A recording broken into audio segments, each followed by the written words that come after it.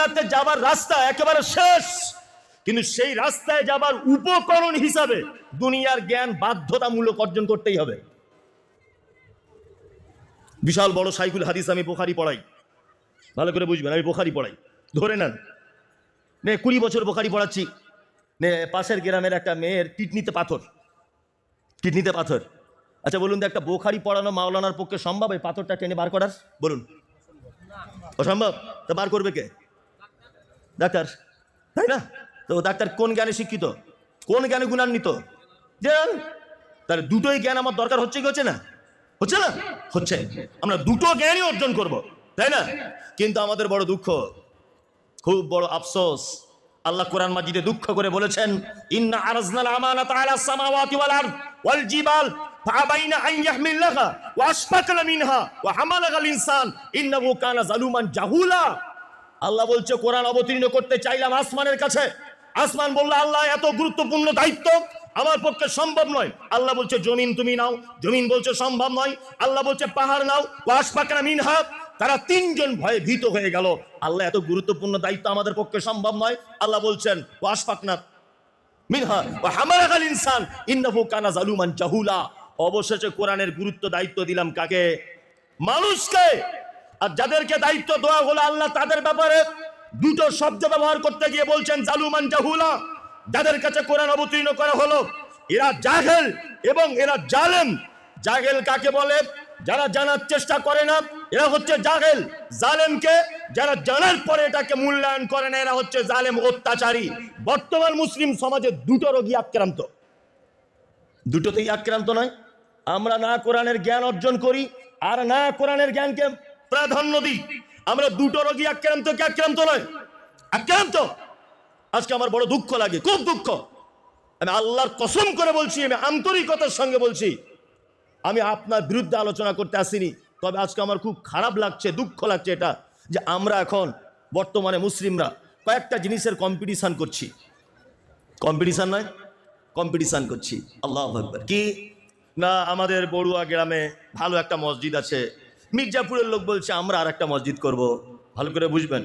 ওই আপনার কাকড়াপুরে একটা মসজিদ আছে, ওই বেগুনবাড়ির লোক বলছে আর একটা মসজিদ করব। মসজিদের কম্পিটিশন চলছে।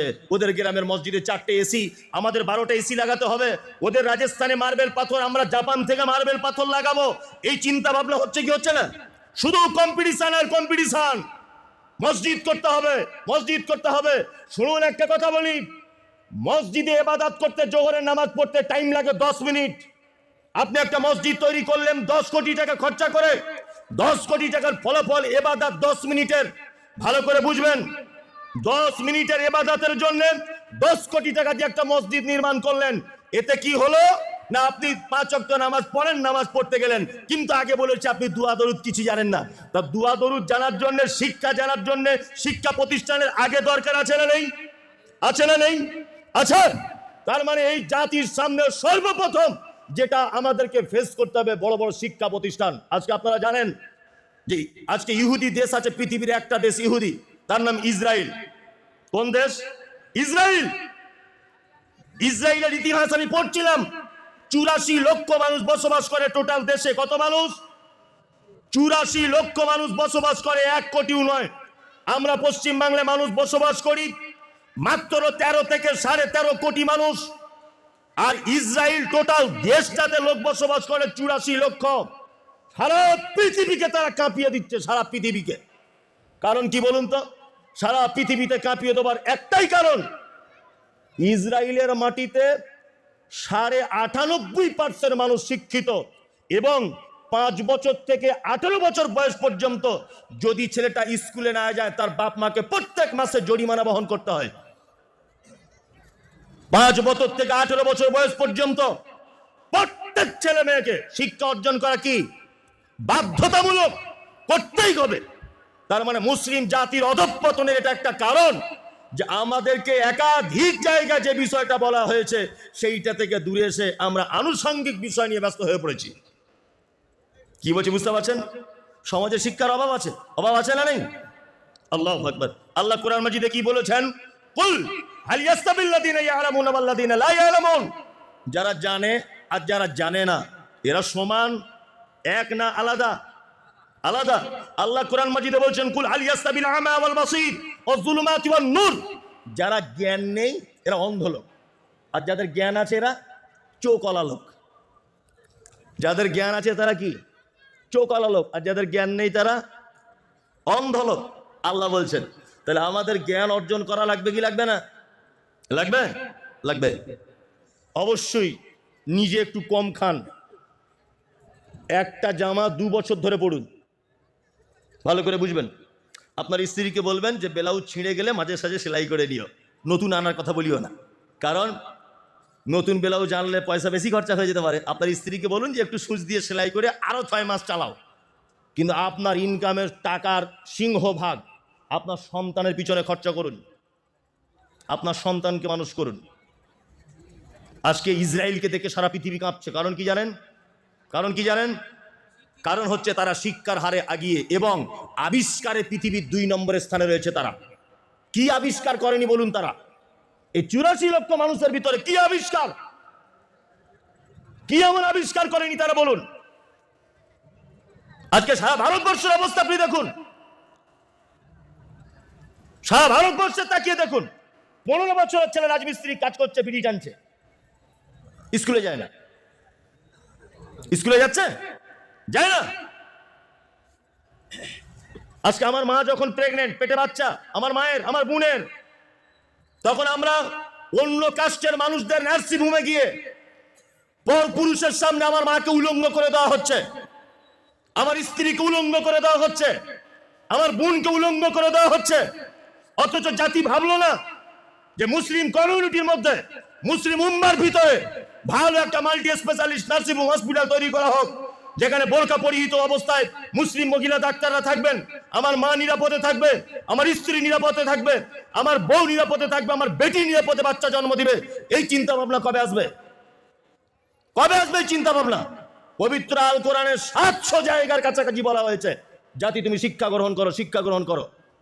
এইটার ব্যাপারে জাতি চিন্তা ভাবনা নেই, শুধু আজে বাজে জিনিস নিয়ে মাথার ভিতরে ঘুরছে, সেই সমস্ত জিনিস নিয়ে আবেগে ছুটছে, বিবেক দিয়ে নয়। আবেগ, বিবেক দিয়ে ভাবুন কোনটা আমার জাতির জন্য উপকার, কোনটা জাতির জন্য প্রয়োজন, কোনটা জাতির জন্য ক্ষতি করবে, এগুলো ভাবুন। ভাবুন কি বলছি, বুঝতে পারছেন তো? ওই জন্য বলছি বড় বড় শিক্ষা প্রতিষ্ঠানের দরকার আছে, বিশাল। আজকে খ্রিস্টান ভাইদের দিকে দেখুন, খ্রিস্টানদের নিজস্ব চিকিৎসালয় আছে, আছে না নেই? আছে। নিজস্ব স্কুল আছে তাদের, আছে না নেই? আছে। আজকে ভারতবর্ষের অজস্র নারীরা তারা বোরকা পরে স্কুলে যেতে পারে না, হিজাব পরে স্কুলে যেতে পারে না। আপনার মুর্শিদাবাদের জলং, ওই আপনার জঙ্গিপুরে পর্যন্ত হেনস্থা হয়েছে মহিলারা, মুসলিম ছাত্রী, সে হিজাব পরে স্কুলে যাওয়ার কারণে ম্যাডাম তাকে বার করে দিয়েছে। আমরা এত নির্যাতনের শিকার। আমাদের এই জ্ঞানটা থাকা উচিত যে কোটি কোটি টাকা এখানে ওখানে খরচা না করে আমরা একটা নিজের জাতির জন্য, নিজের কওমের স্বার্থে আমরা একটা ভবিষ্যতে আগামী দিনের প্রজন্মকে আমরা উপহার হিসাবে এইটা দিয়ে গেলাম, এই চিন্তা ভাবনা করব। জাতির অনেক কাজ হবে, অনেক কাজ হবে। আল্লাহ আমাদের সকলকেই শিক্ষার ব্যাপারটাকে বোঝার এবং গুরুত্ব দেওয়া তৌফিক দান করে, বলুন আমিন। আমিন। তাহলে আমরা 1 নম্বরে পিছিয়ে আছি বা অধঃপতনের তলদেশে চলে যাচ্ছি, তার একটা কারণ হচ্ছে আমাদের ভিতরে শিক্ষার অভাব রয়েছে। না দুনিয়ার শিক্ষা আছে, আর না দিনের শিক্ষা, কিছুই নেই। আরো অনেক কারণ আছে। কি কারণ বলুন তো? আর একটা কারণ হচ্ছে যে নিজেদের অস্তিত্বকে ভুলে যাওয়া, নিজেদের বৈশিষ্ট্যকে ভুলে যাওয়া।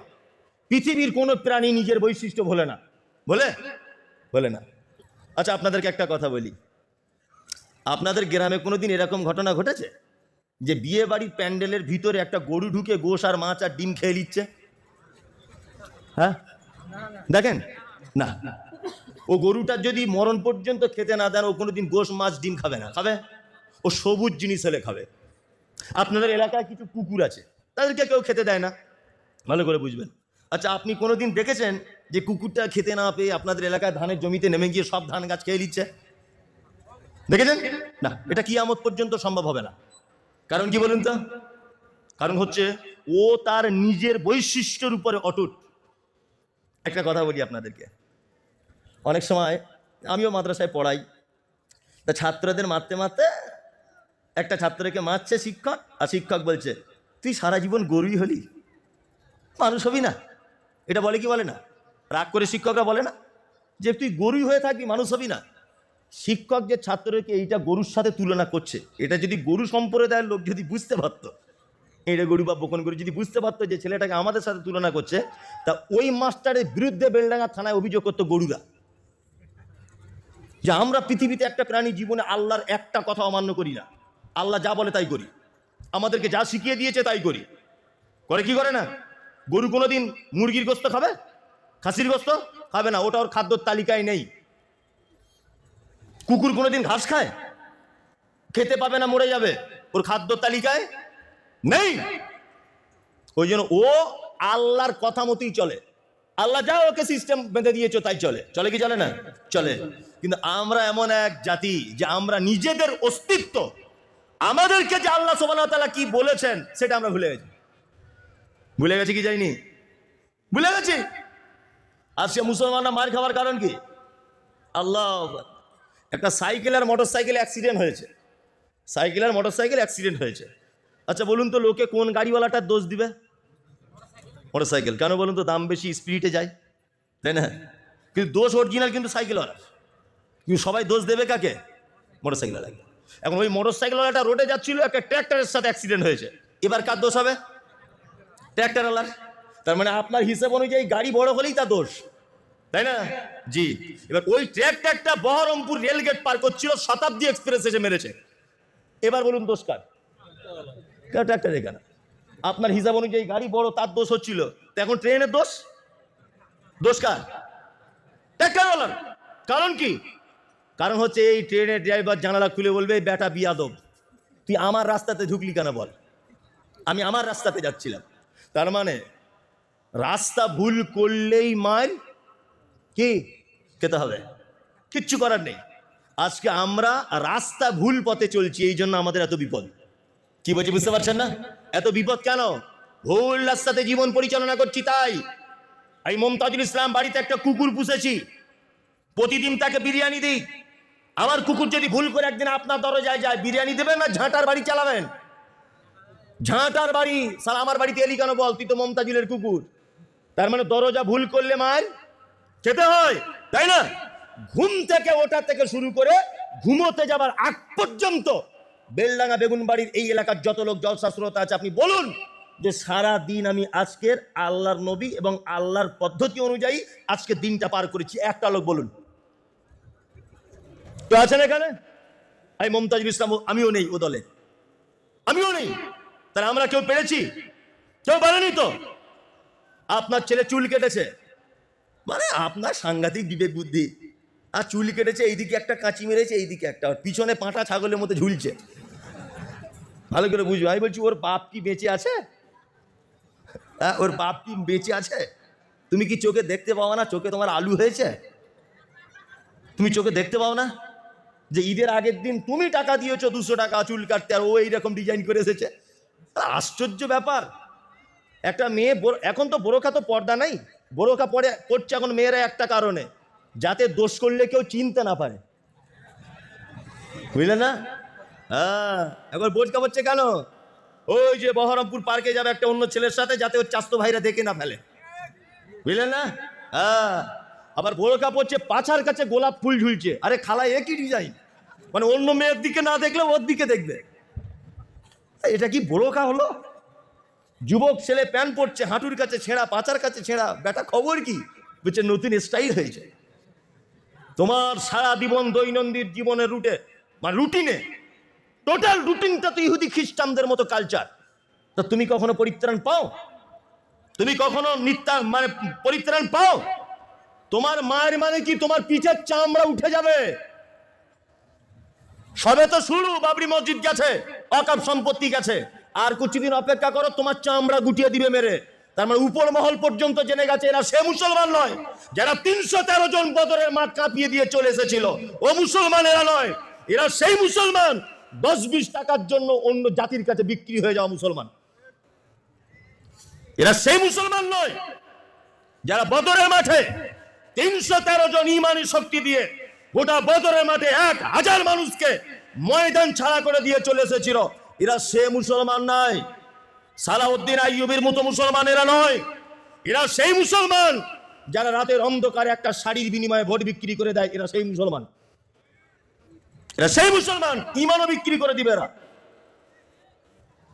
কি বলছি বুঝতে পারছেন তো? নিজেদের অস্তিত্ব টিকিয়ে রাখুন। পৃথিবীর কোন জাতি তার অস্তিত্ব হারায় না, শুধু আমরা হারাই। অবাক করা ব্যাপার। ক্রিকেট একটা প্লেয়ার আছে, আমি নাম জানি না, ওই কি বলে স্পিনার নাকি বল করে, মাথায় পাগড়ি বাঁধতো, ভারতের কি নাম, হরভজন সিং, তাই না? আগে দেখেছি, যখন মাদ্রাসায় পড়তাম, দেখিনি তা বলবো না, দেখেছি খেলাটোলা, যাই এখন আর সব মাথাতে নেই। হরভজন সিং, হরভজন সিং পাগড়ি বেঁধে মাথায় নামে, দেখেছেন? পাগড়ি বাঁধা থাকে না, কেন পাগড়ি বাঁধে কেন? পাঞ্জাবি, ও তার বৈশিষ্ট্য বজায় রেখেছে, রেখেছে না? হরভজনের দেখবেন হাতে বালা লাগানো আছে, আছে না নেই? কারণ কি? ওর ধর্মীয় রীতিনীতি, হাতে বালা পরে থাকতে হবে, মাথায় পাগড়ি পরে থাকতে হবে। ইন্টারন্যাশনাল ক্রিকেট প্লেয়ার সে পর্যন্ত এটা মেনে চলছে। আর তুমি মুসলমান, তোমাকে বলছি চাচা দাড়ি রাখো, বলছি কুটকুট কুটকুট করে মনি সাহেব। আমার বউ বলে কাতুকুতু লাগে কেমন কেমন, না রাখলেই সুবিধা হয়। তুমি এত বড় বড় বড় মুসলমান, সারা পৃথিবীর মানুষ হরভজন সিংকে দেখছে মাথায় পাগড়ি পড়া অবস্থায়, হাতে বালা পড়া অবস্থায়, সে তার ধর্মীয় রীতিকে বজায় রেখেছে। তুমি মুসলমান এত বড় বোকা, তুমি দাড়ি কেটেছে বলছো আমার কুটকুট করে। আমাদের বউদের কুটকুট করে না? আমাদের কুটকুট করে না? আমার বউদের অসুবিধা হয় না? এই তুমি তোমার অস্তিত্বকে হারিয়ে ফেলেছো। তুমি যে মুসলিম এইটা তুমি নিজে ভুলেছ, এবং উপর মহল এটা বুঝতে পেরে গেছে মুসলমান সে মুসলমান নয়।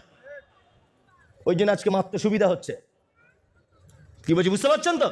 আমি জানি আমার কথা আপনার হয়তো জ্বলন হতে পারে, রাগ হতে পারে, রাগ হলেও তো গোলাম হোসেন কিছু নাই, এখন এনে ফেলেছে কমিটি, বলতেই হবে। কি বলছি বুঝতে পারছেন না? তবে কথা যেগুলো বলছে আপনার কাটার ক্ষমতা আছে, যে এই কথাটা আমি একটু কেটে দিই, অত সহজ নয়, অত সহজ নয়, বাস্তব। আমরা এমন মুসলিম নিজের অস্তিত্ব হারিয়ে ফেলেছি। ওই জন্য নিজেদের অস্তিত্বকে ধরে রাখুন, নিজের ঐতিহ্যকে ধরে রাখুন, নিজের ব্যক্তিত্বকে ধরে রাখুন। আজকে সারা পৃথিবীর এটা ইতিহাস, সারা পৃথিবীর ইতিহাস এটা। আইয়ামে জাগরিয়াত, অন্ধকারে নিমজ্জিত জাতি, দুইটা কেতাবের অনুসরণ করে তারা পৃথিবীর একেবারে স্বর্ণোজ্জ্বল লেখা ইতিহাসের পাতার প্রথম পৃষ্ঠায় তাদের নাম চলে এসেছে। আল্লাহ সুবহানাহু ওয়া তাআলা তাদের শ্রেষ্ঠত্ব বর্ণনা করতে গিয়ে পবিত্র আল কোরআনে পর্যন্ত বলেছেন, আনআমাল্লাহু মিনান নাবিয়্যিনা ওয়াস-সিদ্দীকিনা ওয়াশ-শুহাদা'i ওয়াস-সালিহিন। যারা ছিল অন্ধকারে ডুবে থাকা জাতি, যারা ছিল পাপের ভিতরে ডুবে থাকা জাতি, যারা ছিল মদ পানে আসক্ত, যারা ছিল ব্যভিচারে আসক্ত, যারা ছিল সুদের ভিতরে নিমজ্জিত, সেই জাতিকে আল্লাহ সুবহানাহু ওয়া তাআলা পবিত্র আল কোরআনের ছত্র ছায়াতে আসার কারণে আল্লাহ তাআলা তাদের মর্যাদা দিতে গিয়ে কোরআন মাজিদে তাদের ব্যাপারে বলেছেন, আনআমাল্লাহু মিনান নাবিয়্যিনা ওয়াস-সিদ্দীকিন। তাদের নাম শুধু সাহাবী নয়, তাদের নাম সিদ্দিক। জান্নাতের সার্টিফিকেট পেয়েছে। অন্ধকারে ডুবে থাকা জাতি, যারা কোরআন এবং হাদিসের ছত্র ছায়াতে নিজেদেরকে সঁপে দিয়ে জান্নাতের সার্টিফিকেট পেয়েছে। পৃথিবীর ইতিহাসের সোনালী মানুষ হিসেবে তারা সার্টিফিকেট পেয়েছে। আর আজকে আমাদের ঘরে ঘরে কোরআন, মাদ্রাসা, মসজিদ, ঈদগাহ, আলেম ওলামা, তারপরেও আপনাকে পরিবর্তন করা যাচ্ছে না। আর আপনাকে এটা আমি ভেবে নিয়েছি কিয়ামত পর্যন্ত আর পরিবর্তন করা যাবে না। এরা তো সেই মুসলমান, এরা সেই মুসলমান কবর খুঁড়তে খুঁড়তে বিড়ি টানে। আপনাদের এই মুর্শিদাবাদে করে না? করে। দুইজন লোক কবর খুঁড়ছে, ফটিকের বাপ মরেছে, কবর খুঁড়ছে দুইজন লোক। ওই মাথাতে কোদাল ধরে আছে, এ মাথাতে, তা ও এক হাতে কোদাল দেশলাই ধরাতে পারছে না, তো এ কোদাল রেখে ধরিয়ে ওর মুখে দিচ্ছে, তুই টান। দুই বন্ধু মিলে বিড়ি টানছে আর কবর খুঁড়ছে। এই জাতিকে হাদিস কোরআন দিয়ে বোঝানো যায় যে জান্নাত জাহান্নাম এসব কিছু বোঝানো যাবে? এরা তো সেই মুসলমান। শুধু বলছে মমতাজি সাহেব একটা কথা বলবো। কি কি বলুন? তো বলছে শুক্রবারের দিন আমার বউ ভুল করে পেঁয়াজ দিয়েছিল, কাঁচা পেঁয়াজ, খেয়ে মসজিদে চলে গেলাম, নামাজ হবে। কি ফতোয়া হুজুর? আপনারা তো বলেছেন রসুন আর কাঁচা পেঁয়াজ খেলে মসজিদে যাওয়া যায় না জুম্মার দিন, তা আমি ভুল করে গেছিলাম, হবে? হ্যাঁ হবে।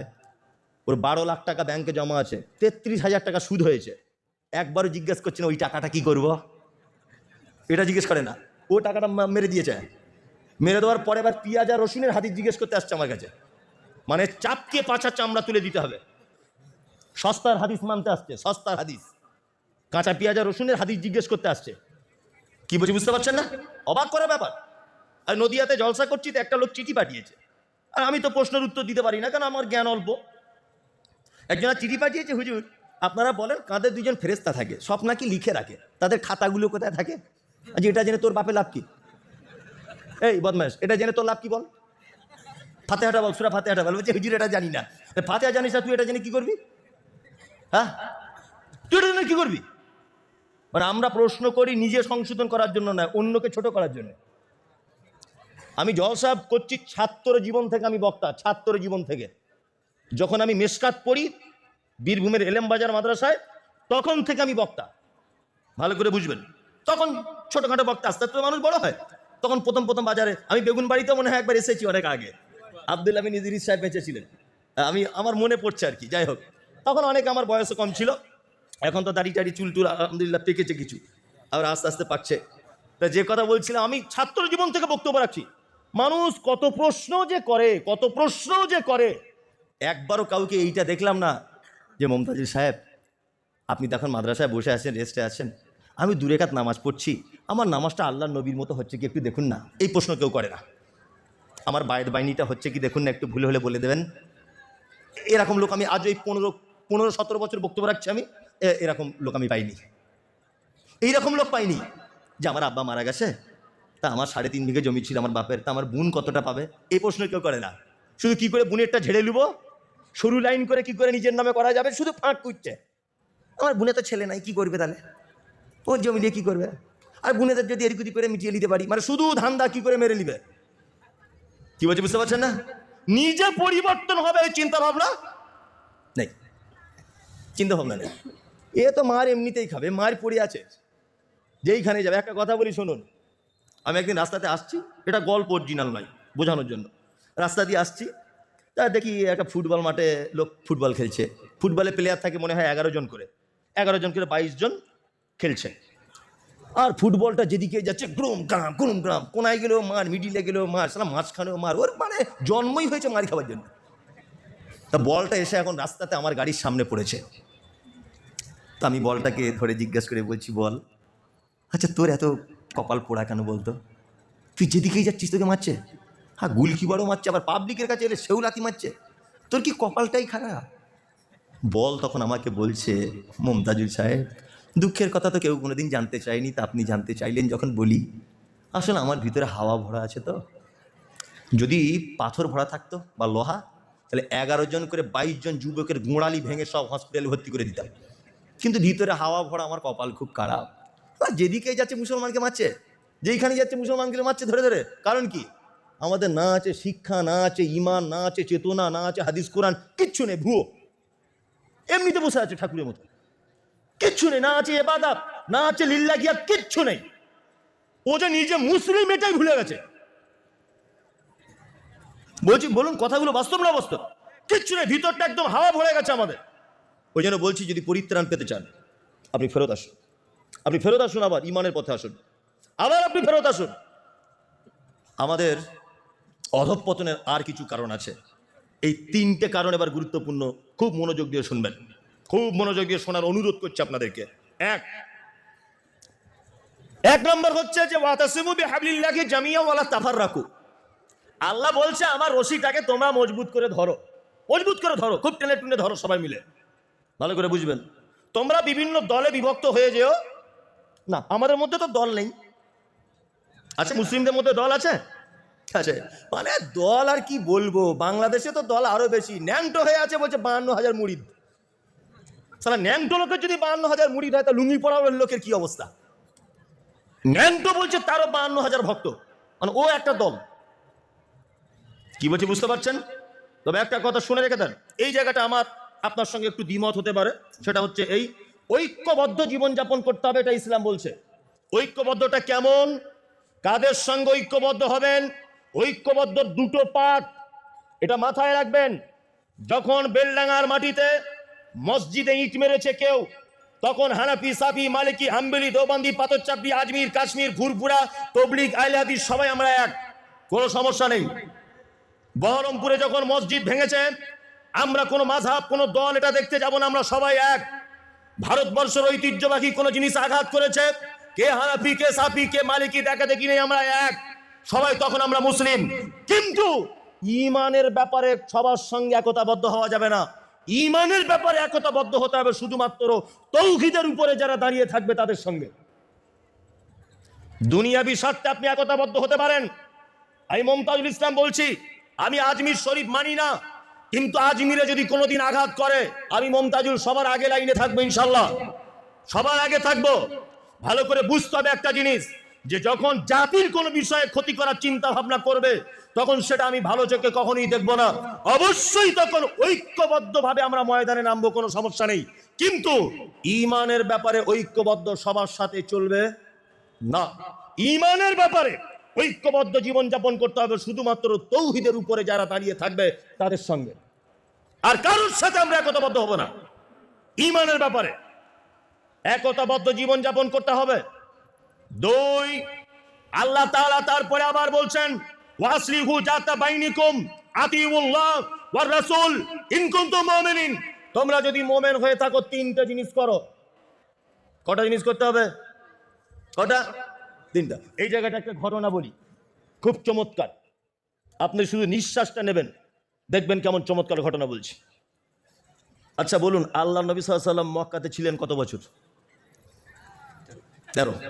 13 বছর না? 13 বছর মক্কায়, আর মদিনায় 10 বছর, তাই তো? মক্কাতে থাকা অবস্থাতে তিনি যে অত্যাচারের শিকার হয়েছেন, সুবহানাল্লাহ। আমি সত্যি কথা বলছি, আমি প্রায় 1 মাস 2 মাস পর পর উমরা করতে যাই, আমার নিজস্ব ট্রাভেলস থেকে, যাই হোক। এই 1 মাস আগে বেলডাঙ্গারও 2-3 জন ছিল আমার সঙ্গে। তা আমি যখন তায়েফে যাই, তায়েফে বিশেষ করে, তখন হাজি সাহেবরা থাকলে ভালো বুঝবেন, সত্যি চোখে পানি আসার মতো ব্যাপার। তায়েফ কেমন? সুবহানাল্লাহ। আল্লাহ নবী সাল্লাল্লাহু আলাইহি ওয়াসাল্লামের চাচা মারা গেলেন, খাদিজাতুল কুবরা রাদিয়াল্লাহু তাআলা আনহা মারা গেলেন। আল্লাহ রসুল একা হয়ে গেলেন, একা, সাপোর্ট করার মতো কেউ নেই। তিনি চিন্তা ভাবনা করলেন, মক্কাতে তো অত্যাচার খুব, একবার তায়েফের দিকে যাই। তা তায়েফে গেলেন আল্লাহ রসুল ইসলামের দাওয়াত দিতে। প্রথমে তায়েফের যারা লিডার, বড় বড় নেতা, তাদের বাড়িতে গেলেন, ইসলামের দাওয়াত দিলেন। ইসলামের দাওয়াত তো নিল না, বরং বাচ্চা ছেলেদেরকে লেলিয়ে দিয়ে আল্লাহ নবী সাল্লাল্লাহু আলাইহি ওয়াসাল্লামকে এত মারা হলো, রক্তাক্ত অবস্থায় আল্লাহ রসুল সাল্লাল্লাহু আলাইহি ওয়াসাল্লাম একটি খাজুর বাগানে আশ্রয় নিলেন। সেই খাজুরের বাগানে একজন ইহুদি বালক, তার নাম আব্দাস। এই বালকটি এসে বলছেন যে, আপনি তো নবী। তা বলছে, আমি নবী, তুমি কি করে বুঝলে? ছেলেটা তখন বলছেন, আমি ইউনুস আলাইহিস সালামের দেশের মানুষ, উনিও নবী, ওনার চরিত্র, ওনার আখলাক দেখে আপনার সঙ্গে অনেকটা মিলে যাচ্ছে, তাই মনে হলো আপনি নবী। এই তায়েফে সেই আঙ্গুরের বাগানটা আজও আছে। বাচ্চা ছেলেটা আঙ্গুরের একটু শরবত আল্লাহ রসুলকে পান করালেন, বিস্তারিত ঘটনা, যাই হোক, আজও আঙ্গুরের বাগানটা আছে, হাজি সাহেবরা গেলে দেখতে পাবেন, আজও আছে। দুই, ওই আঙ্গুরের বাগানের পাশেই মসজিদ আব্দাস নামক একটা মসজিদও তৈরি করা আছে। ওইখান থেকে চলে এলেন আল্লাহ নবী সাল্লাল্লাহু আলাইহি ওয়াসাল্লাম। মসজিদে মুহাম্মদ বলে একটা মসজিদ ওখানে নির্মাণ করা আছে, 1400 বছর আগে আল্লাহ নবী সাল্লাল্লাহু আলাইহি ওয়াসাল্লাম নিজে হাতে নির্মাণ করেছিলেন। আর সঙ্গে ছিলেন কে? পালিত পুত্র যায়েদ। দুইজনা মিলে মসজিদ নির্মাণ করেছিলেন, ইতিহাস বলছে। তা আমি সেই মসজিদের পাশে একটা পাথর আছে, আল্লাহ নবী সাল্লাল্লাহু আলাইহি ওয়াসাল্লাম সেই রক্তাক্ত অবস্থায় পাথরের উপরে হেলান দিয়ে বসেছিলেন। আর মুশরিক বেঈমানেরা উপর থেকে একটা বড় পাথরকে আল্লাহ নবীর মাথার উপরে ফেলে দেওয়ার চক্রান্ত করেছিলেন। পাথর ফেলেও দিয়েছে, আল্লাহ সুবহানাহু ওয়া তাআলা কুদরতিতে ছোট্ট একটা পাথর গিয়ে বড় পাথরটাকে আটকে দিয়েছে। আজও পর্যন্ত সে ঝুলান্ত অবস্থার মতো পাথরটা আজও আছে, আজও আছে। আমি নিজে দেখে এসেছি। এই কঠিন পরিস্থিতির মধ্য দিয়ে মক্কায় জীবনযাপন করলেন দীর্ঘ 13 বছর। চলে এলেন মদিনায়। মদিনায় এসে সর্বপ্রথম যুদ্ধ যেটা হয়েছিল, যুদ্ধ, তার নাম কি? কে বলতে পারবেন? কি ইসলামের প্রথম যুদ্ধ হয়েছিল তার নাম কি? বদর। কি বদর? কত হিজরিতে? 2 হিজরিতে। 2 কত? 2 হিজরিতে। এখানে একটা গুরুত্বপূর্ণ কথা বলছি, মুসলিম সৈন্য ছিল কত? 313।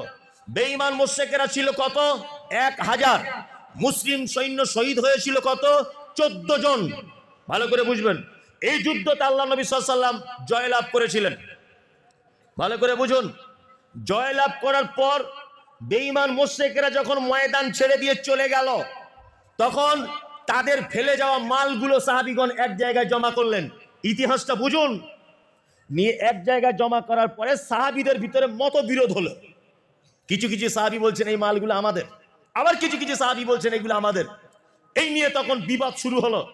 তখন দুই দল সাহাবী আল্লাহর নবীকে এসে বলছেন, আল্লাহর নবী, আসলে যুদ্ধের মালগুলো কাদের, আপনি বিচার করে দেন। আল্লাহ নবী সাল্লাল্লাহু আলাইহি ওয়াসাল্লাম কোনো কথা বলতে পারতেন? তিনি গায়েব জানতেন? গায়েব জানতেন আল্লাহ রাসূল? জানতেন না।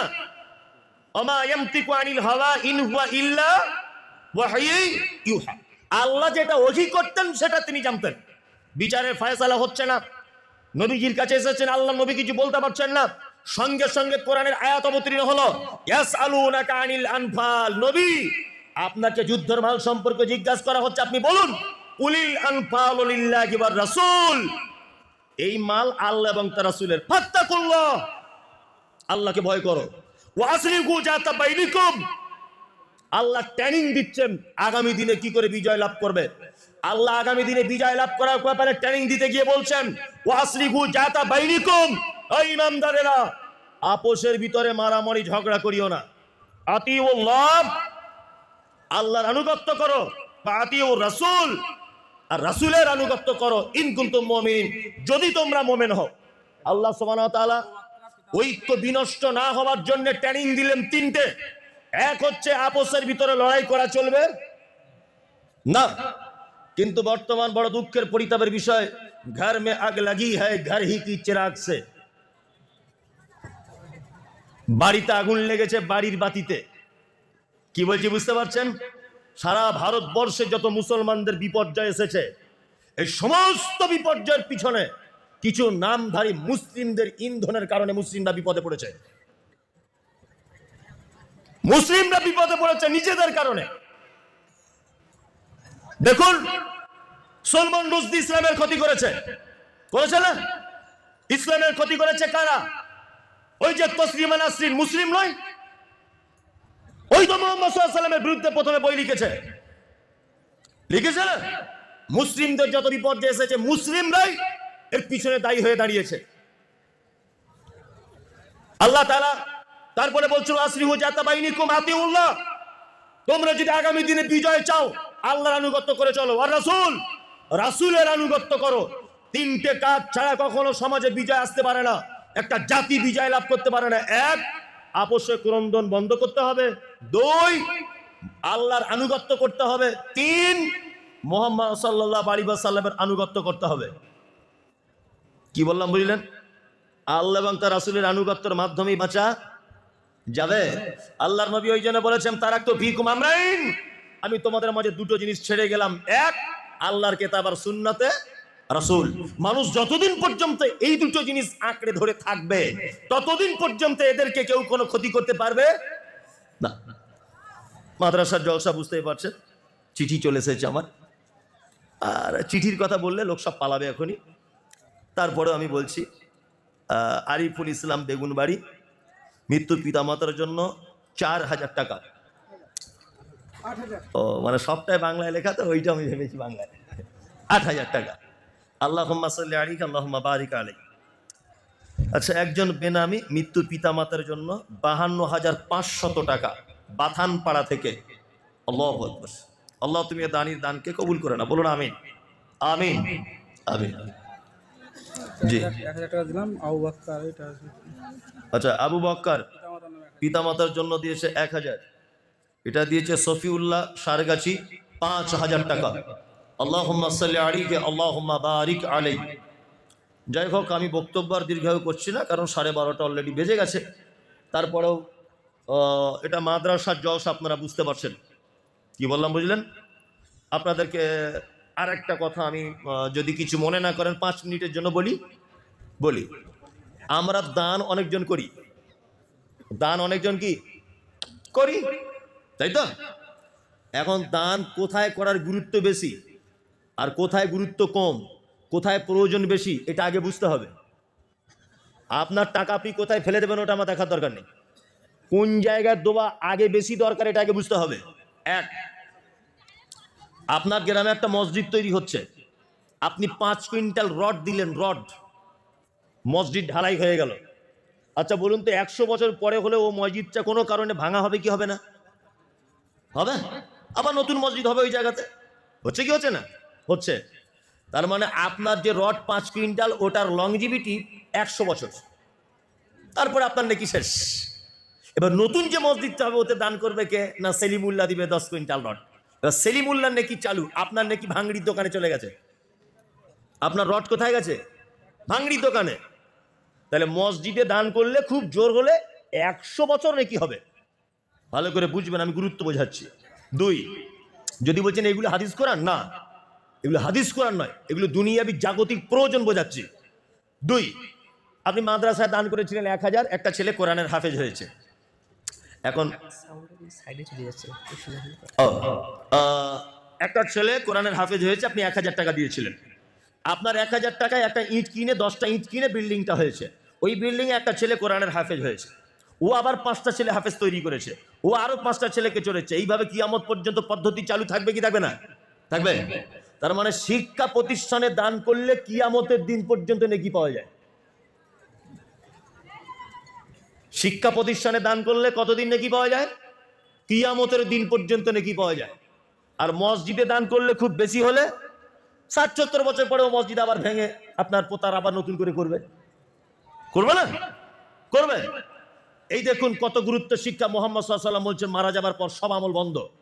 সব আমল কি বন্ধ? 3টা আমলের নেকি থাকবে। আবার ইলমিন ইয়ামতাফাউ বিহি, উপকারী জ্ঞান, উপকারী ইলম।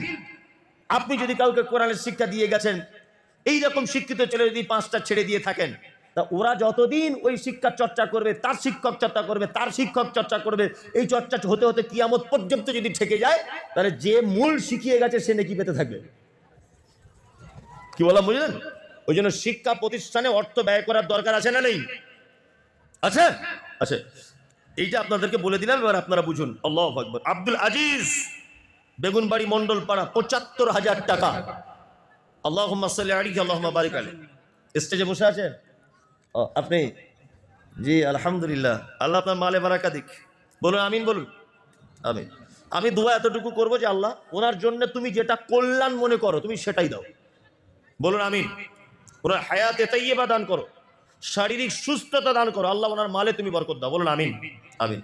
75,000 টাকাটা অনেক টাকায়, মূল্যবান সম্পদ তিনি মাদ্রাসায় দান করছেন শিক্ষা প্রতিষ্ঠানের জন্য। এটা বড় একটা সাদকা জারিয়া। আচ্ছা, একজন দিয়েছেন বেনামিতে 2,000 টাকা, আল্লাহ তুমি তার দান কবুল করে নাও। ও বেনামিতে একজন দিয়েছে 1,20,000 টাকা।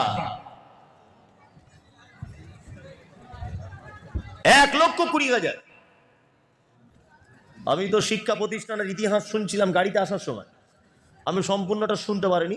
আমি যখন আসছিলাম গাড়িতে, কেউ একজন মাদ্রাসার শিক্ষার ছাত্র কত এটা ওটা বলছিলেন, প্রায় শুনলাম 1,1200 প্রায় ছাত্র। 2,070। এটা কি সরকারি? কত?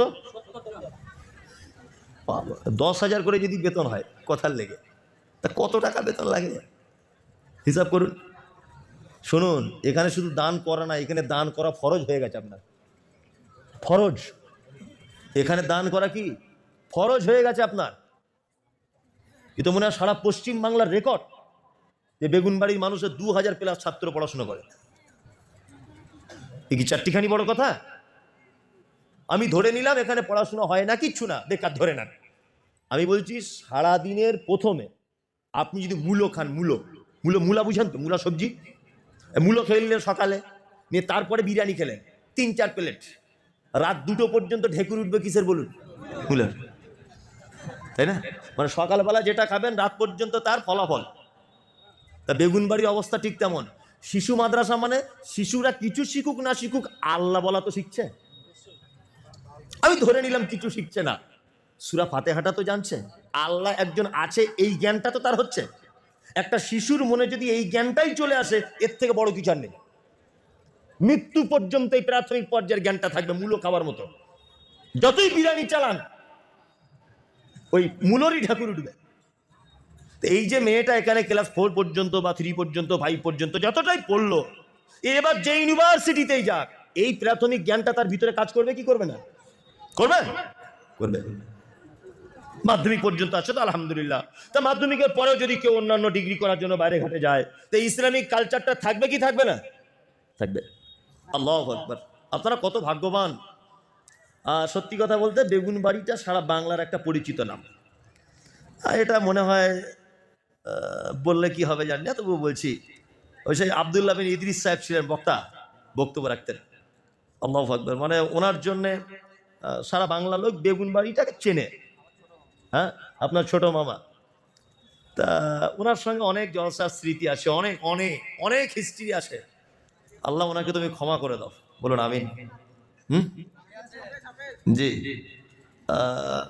অনেক অনেক স্মৃতি আসামে, আসাম, নেপাল, ত্রিপুরা, দিনাজপুর, পশ্চিমবাংলার বিভিন্ন জায়গাতে আমাকে তুমি তুমি করে কথা বলতো, আজও মনে আছে।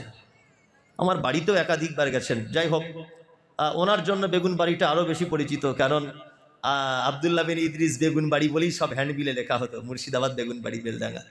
তারপরেও আপনাদের ঐতিহ্যবাহী প্রতিষ্ঠান এবং বেগুনবাড়ি একটা ঐতিহ্যবাহী গ্রাম, এটা আমি আগে থেকেই জানি, ছাত্র জীবন থেকেই নাম শুনছি। সত্যি আপনারা খুব ধন্য যে আপনাদের গ্রামে একটা এরকম ঐতিহাসিক প্রতিষ্ঠান চালাচ্ছেন। সত্যি আমি এটা আন্তরিকতার সঙ্গে বলছি। বেলডাঙ্গা অঞ্চলে, এই এলাকাতে যদি কোনো দিন বড় ধরনের আল্লাহর পক্ষ থেকে কোনো মুসিবত যদি আসে, তা যে যে গ্রামে দিনের খিদমতের জন্য প্রতিষ্ঠান আছে, সেই সেই গ্রামেগুলো আমার মনে হয় আল্লাহর পক্ষ থেকে মুসিবত আসবে না। কারণ যেখানে কোরআনের দার্স হয়, যেখানে দিনের আলোচনা হয়, যেখানে আলেমরা দার্স দেয়, ওখানে সহজে বিপদ আসে না। সত্যি সহজে বিপদ আসে না। বেগুনবাড়ি মানুষ আপনারা খুব ধন্য, এত ভালো একটা প্রতিষ্ঠান চালাচ্ছেন। যাই হোক, বেনামিতে একজন দিয়েছেন 1,20,000 টাকা। বেগুনবাড়িতে আর একজন দিয়েছেন বেনামিতে 30,000 টাকা। আল্লাহুম্মা সাল্লি আলাইহি আল্লাহুম্মা বারিক আলাইহি। আসলে আমি তো সেই বেদের মেয়ে জোসনা দিয়ে দোয়া করতে পারি না, আর এক সমস্যা। এখন সব বক্তারা দোয়া করছে, মানে দুয়ার কোয়ালিটি সাংঘাতিক কোয়ালিটি। এখন দুয়ারও কোয়ালিটি, 10 টাকা কেউ দিয়েছে তো প্যান্ডেলের ভিতরেই দোয়া ঘুরছে। কেউ 2 লাখ টাকা দিয়েছে তো এমন দোয়া করে দিয়েছে মানে জান্নাতের জায়গা নেই, ঠেলে ঢোকাচ্ছে বক্তাকে, ঢোক ঢোক বাবা ঢোক, অনেক টাকা দানি। তা আমি এরকম দোয়া করতে পারবো না। আমি আল্লাহ নবীর শেখানো দোয়া, আল্লাহুম্মা সাল্লি আলাইহি আল্লাহুম্মা বারিক আলাইহি। আল্লাহ তুমি তার মালে বরকত দাও। অবশ্যই আপনাদের মূল্যবান অর্থগুলো দেবেন। অবশ্যই আল্লাহ যার যেমন অর্থ তেমন দান করবেন। যে 1 লাখ টাকা দিয়েছে হয়তো সে 20 কোটি টাকার মালিক, তার কাছে এটা একদমই কম, কম নয়। আবার যে রিক্সা চালায় 50 টাকা দিয়েছে, তার কাছে এটা কোটি টাকার সমান, তাই না? জি। যে 1 লাখ টাকা দিবে, ভালো যারা দিয়েছেন ভাববেন মনে আমাদের কিছু বলছেন, জি না, আমি বোঝানোর জন্য বলছি। যে 1 লাখ টাকা দিয়েছে, ধরে নেন সে 10 কোটি টাকার মালিক, মানে তার কাছে এটা দানই নয়। 1 লাখ টাকা মানে কি, যে 10 কোটি টাকার মালিক। কিন্তু যে রিক্সা চালায় তার কাছে 20 টাকাটা 1 কোটি টাকা সমান, সমান নয়? সমান। ওই জন্য বলছি, আপনার যে স্তরের যেমন মানুষ তেমনই আপনি দেন, লজ্জার কিছু নেই। আপনি দিন মজুরের কাজ করেন, আপনি 50 টাকা দিয়ে অংশগ্রহণ করুন। আমার বক্তব্য, আপনি অংশগ্রহণটা করুন। তাছাড়া আপনি কৃপণতার খাতায় নাম লেখাচ্ছেন। আপনি কৃপণ হবেন না, আপনি দানি হন। আপনার ক্ষমতা কম, দিন মজুরের কাজ করেন, আপনি 10টা টাকা এনে বলুন। কারণ বিন্দু বিন্দুতেই তো এত বড় প্রতিষ্ঠান গড়ে উঠেছে, একদিনে তো হয়নি। একদিনে হয়েছে? হয়নি। এবং সহযোগিতা গ্রামের মানুষের মাধ্যমেই চলে শুনলাম মাইকে। তাহলে সবটাই গ্রামের মানুষের, মানে আপনাদের টাকা আছে বলতে হবে, একেবারে গরিব লোকে দ্বারা চলবে না। বেগুনবাড়ির লোকের টাকাও আছে, তার মানে আল্লাহ আপনাদের মালে বরকত দিক, বলুন আমিন। আচ্ছা ভাই, আপনারা যারা বসে আছেন, আমি তো আদায়কারী বক্তা নয়, তারপরে আমি টুটাফাটা ভাষাতে, আচ্ছা আল্লাহু আকবার, ওয়াসেফ আলী মন্ডল পাড়া হতে 10,000 টাকা। আল্লাহুম্মা সাল্লি আলাইহি আল্লাহুম্মা বারিক আলাইহি। আব্দুল হান্নান মন্ডল পাড়া 10,000 টাকা। জিয়াউর রহমান মাঠ পাড়াতে 10,000 টাকা। আবুল ফয়েজ বানুক পাড়া হতে 5,000 টাকা। ওবায়দুর রহমান মন্ডল পাড়া হতে 5,000 টাকা। ইউসুফ মোল্লা মন্ডল পাড়া হতে 5,000 টাকা। আব্দুর রহমান মাওলানা সাহেব মন্ডল পাড়া হতে 5,000। আব্দুল আখের কাজী সাহা হতে 5,000। মৃত আব্দুল মান্নান সাহেবের নামে ও দাদিদের নামে 5,000 টাকা দিয়েছেন নাতি নাতিরা। ওয়াসেফ আলী মন্ডল পাড়া হতে 10,000 টাকা। হাজারো ব্যথা বেদনার পরে ফিরে আসনি তুমি আপন ঘরে, দিনের আলো তুমি সরিয়ে দিতে চলে গেলে মদিনায় মক্কা ছেড়ে। হে রাসূল তোমাকে বলি আমি কেমন করে, হাজারো ব্যথা বেদনার পরে ফিরে আসনি তুমি আপন ঘরে, দিনের আলো তুমি সরিয়ে দিতে চলে গেলে মদিনায় মক্কা ছেড়ে। হে রাসূল তোমাকে বলি আমি কেমন করে, হে রাসূল তোমাকে বলি আমি কেমন করে। খেয়ে না খেয়ে দিন প্রচারের তরে নিজেকে দিয়ে বিলিয়ে, তায়েফের কাফেরেরা চিনল না সে আলো, দুষ্ট ছেলেদের পিছু দিল লেলিয়ে। পাথরের আঘাতে ক্ষত বিক্ষত হয়ে সারা শরীর থেকে রক্ত ঝরে। হে রাসূল তোমাকে বলি আমি কেমন করে, হাজারো ব্যথা বেদনার পরে ফিরে আসনি তুমি আপন ঘরে, দিনের আলো তুমি সরিয়ে দিতে চলে গেলে মদিনায় মক্কা ছেড়ে। হে রাসূল তোমাকে বলি আমি কেমন করে। কে আছেন ভাইজান? শাহনাজ বেগম ভাই মারা গেছে, দোয়া করতে বলা হয়েছে যে আল্লাহ ওনার ভাইকে তুমি জান্নাতুল ফেরদাউস নসিব করো। আর সত্যি এই হচ্ছে বোন, যে ভাইয়ের প্রতি তার দরদ রয়েছে। আল্লাহ তুমি তার ভাইয়ের কবরকে প্রশস্ত করো, আমিন। অসুস্থ মায়ের জন্য বেগুনবাড়ি মধ্যমপাড়া থেকে, তো ভাইয়ের জন্য ও বড় ভাই অসুস্থ, ছোট ভাই দিয়েছেন, বর্তমান চিকিৎসাধীন রয়েছে। আযাবিল বাস রাব্বান নাস আশফাম তাশাফি লা শিফা ইল্লা শিফাউকা শিফা লা ইগাদিরু সাকামা। আল্লাহ পৃথিবীর সবথেকে বড় ডাক্তার তুমি। ক্যান্সার রোগ যার ঔষধ আবিষ্কার হয়নি বলে জানা যায়, আল্লাহ ইচ্ছা করলে কলের পানি পান করিয়ে ভালো করে দিতে পারে। পারে কি পারে না? পারে। আল্লাহ তুমি সব থেকে বড় চিকিৎসক, তুমি ইচ্ছা করলে তাকে ভালো করে দিতে পারো। তোমার হাতেই আছে সমস্ত রকমের শিফা। আল্লাহ শুধু এই ভাই নয়, যারা আমরা এর আগেও দান করেছি, পরেও যারা করব, যারা দান করতে পারেনি অভাবের কারণে, আল্লাহ আমাদের ভিতরে যদি কেউ অসুখে পড়ে থাকে, আল্লাহ তুমি তাদেরকে সুস্থতা দান করো, বলো আমিন আমিন আমিন।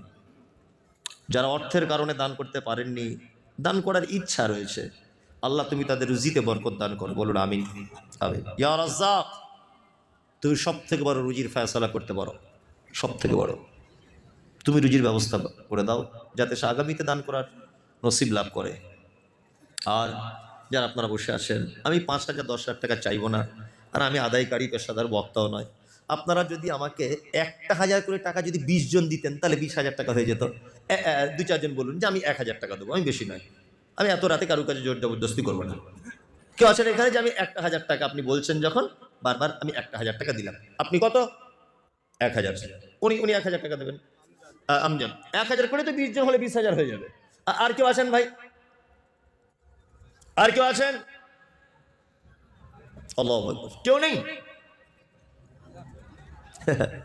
চালাকি করিয়েন না, আপনার টাকা আছে ব্যাংকে, আমি বুঝতে পারছি, দিচ্ছেন না তো। যে গরু বেশি বদমাইশি করে তার মালিক দেখবেন গরুর কাঁধের কাছে গলার দিকে একটা বাঁশ বেঁধে দেয়, দেয় না? বাঁশ বেঁধে দেয় কেন? ও নাম লিখতে হবে না, নামের কি আছে, জি ক্যাশ দিয়ে দেন, নামের কিছু নেই। ও আল্লাহ ইন্নাল্লাহ আলিমুম বিজাতি সুদূর, আল্লাহ ভালো জানে, অত নাম ধরে ধরে বলার প্রয়োজন নেই, আল্লাহ ভালো বুঝতে পারছে। আসুন আসুন আসুন আসুন, 1,000 করে টাকা বলেছি, 1,000, বেশি না। ও এনারি ভাই বোম্বাইয়ে চিকিৎসাধীন, অসুস্থ। যাক ভাই ভাই, আল্লাহ আল্লাহ তুমি তার ভাইকে শেফা দান করো, বলুন আমিন, বলুন আমিন। আল্লাহ তুমি তার ভাইকে সুস্থতা দান করো, বলুন আমিন আমিন। 1,000 করে টাকা আপনাদেরকে বলেছি ভাই, দেন দেন দেন, 1,000 টাকা করে দেন, দেন ভাই। আপনি দিতে পারবেন, 1,000 টাকা পারবেন? আরে বেল লাগার মানুষ 1,000 টাকা দিতে পারবেন, এটা হতে পারে? পারবেন আপনি, 1,000 টাকা পারবেন, দেন। বারকোড আছে নাকি, স্ক্যানার আছে, স্ক্যানারে দিতে পারেন, সমস্যা নেই। আরে আমি 1,000 টাকা চেয়েছি বলে আপনাকে 1,000ই দিতে হবে? আপনি তো 200 টাকাই নাও বলতে পারেন যে আমার এই 200 টাকা আছে, এই 200 টাকাটা নেন। আমার বক্তব্য আপনি অংশগ্রহণ করুন। হ্যাঁ, কি নাম তোমার? বিয়ে করেছো তুমি? আমি ভাবছি চুল টুল যা আংটি টাংটি পড়েছে যে বিয়ে শাদী হয়ে গেছে মনে হয়। ও এখানকার ছাত্র, ও দিয়েছে 1,000 টাকা। আল্লাহুম্মা সাল্লি আলাইহি আল্লাহুম্মা বারিক আলাইহি। আর ভাই কেউ আছেন? আসুন। ইয়া রাব্বানা ইয়া রাব্বানা, মোর দোলাল মোদের গিলাল আর আসবে না। মক্কায় নবীর জন্ম হলো, আব্দুল্লাহ তার পিতা ছিল। মক্কায় নবীর জন্ম হলো, আব্দুল্লাহ তার পিতা ছিল। গর্ভে রেখে মারা গেল, পিতা এলো না। মরুর দোলাল মোদের গিলাল আর আসবে না। ইয়া রব্বানা ইয়া রব্বানা, মরুর দোলাল মোদের গিলাল আর আসবে না। কেউ আর একজন 1,500 দিল। এই তুমি কত দিলা? সবাই মিলে ও বুদ্ধিমানের কাজ করেছে। বন্ধু বান্ধব যারা 4-5 জন আছেন আসুন। এরা তো বাদাম যা খেয়েছে তোমাদের জরিমানা লেগে যাবে।